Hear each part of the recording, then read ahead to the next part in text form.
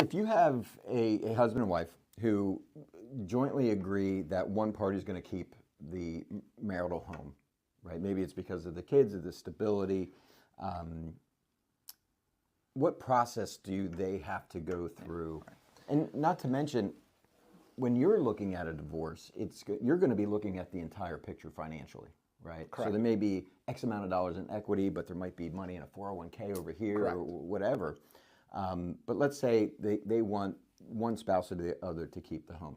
What are the only options to be able to do that? Because one thing I experience is, hey, so and so, my spouse is going to keep the home.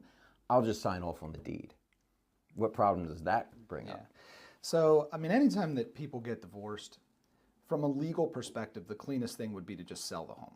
Because anytime that you're not selling the home and somebody's going to stay in the home, you now have to create and draft terms about what that looks like, from who's going to pay this and that, and what happens if the roof needs replaced.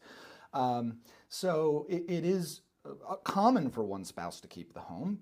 They have to refinance the mortgage to get the other spouse off of it at some point in time. There's no law about how fast it has to occur, but if you end up in court, our court system would basically say within 6 months, if you want to keep the home. And not only would you need to refinance the mortgage, but like Paul said, depending on the other assets available, you might have to borrow extra money to buy out that equity interest of the former spouse. So, from a legal perspective, a million things can go wrong with that. If the spouse who wants to stay in the residence loses a job or misses a payment, the other spouse has liabilities. So, refinancing also would involve a new loan, typically at a higher rate than most of the mortgages I've seen that come to me through the divorce court. There is an assumption process, which means in legal terms we call it a novation, which means that the bank simply lets one person off of the mortgage. In the first 15 years of my career, I might have seen one of those. And for whatever reason, in the last 5 or 6 years, you're seeing more assumptions. I have a couple cases right now. The assumption process is long. It requires an actual divorce decree. It requires usually 6 months of steady payments by the spouse in the residence.